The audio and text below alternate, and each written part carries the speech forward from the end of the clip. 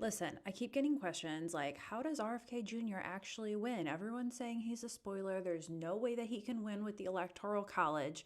And I'm going to tell you the truth. There are many, many, many paid DNC operatives on this app and many other apps. And they come out genuine and it looks like they have all the facts and they have millions of followers. So you're like, oh, they must be doing something right. Right? Wrong. So let me tell you about the Electoral College real quick. So each state has a certain amount of delegates, and honestly, just think of a delegate as a point. Bigger states have more delegates. The Electoral College is put in place so just the big states alone can't win an election every single time, or otherwise, everything that Texas and California wanted to do, we would always have to just do it. In 48 states, there is a popular vote, and whoever wins the popular vote wins all points, all delegates. Maine and Nebraska are the only ones that the same amount of points are awarded to whoever won that percentage of the popular vote. Are you keeping up? There is a total of 538 electors or points. You get a majority, which is 270 electoral votes, you win the presidential race. So, does Kennedy have any chance of getting that? Let's talk about it. So again, in 48 out of 50 states, all Kennedy has to do is get a majority vote, and then he wins all the electoral points. And again, we pretty much have a three-person race. So let's say Trump gets 33% in a state, Harris gets 33%, and Kennedy gets 34%.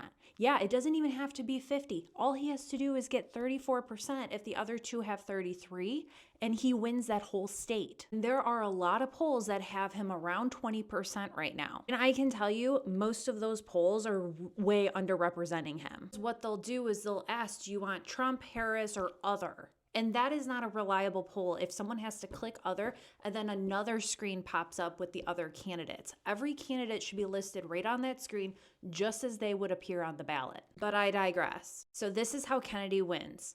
You vote for him. It's that simple. And in your state, if he gets the majority, then he wins all electoral points. And if that happens in enough states, he'll get 270 and he'll win. Now, what happens if no candidate gets to 270? If no candidate gets 270, it would be a contingent election, which means it would go to the House of Representatives to vote for who would become president. Now listen, these DNC operatives are trying to tell you that that would automatically make Trump the president because the House of Representatives is a majority Republican, and they are not telling you the truth. So yes, the House of Representatives does vote, but not the whole 435 members that there are.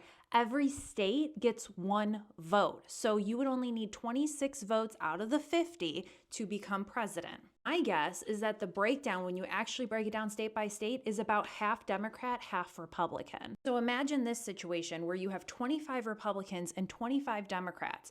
Do you think Republicans are going to vote for Harris, and do you think Democrats are going to vote for Trump? They would probably have to agree to an alternative because I don't see those situations happening. But here's a fun fact for you. Ross Perot back in the day was also considered a spoiler candidate, but guess what? Exit polls showed that he would have won if people just voted their conscience. But instead, people were like, I don't think he has a chance of winning and I don't want to throw away my vote. So he would have won that election. And you know what kills me about all of this? We know that the two-party system is rigged against us, everyday Americans. Yet, what are we doing about it? You know how many people died to protect our freedoms in this country? They put their life on the line and they still continue to this day.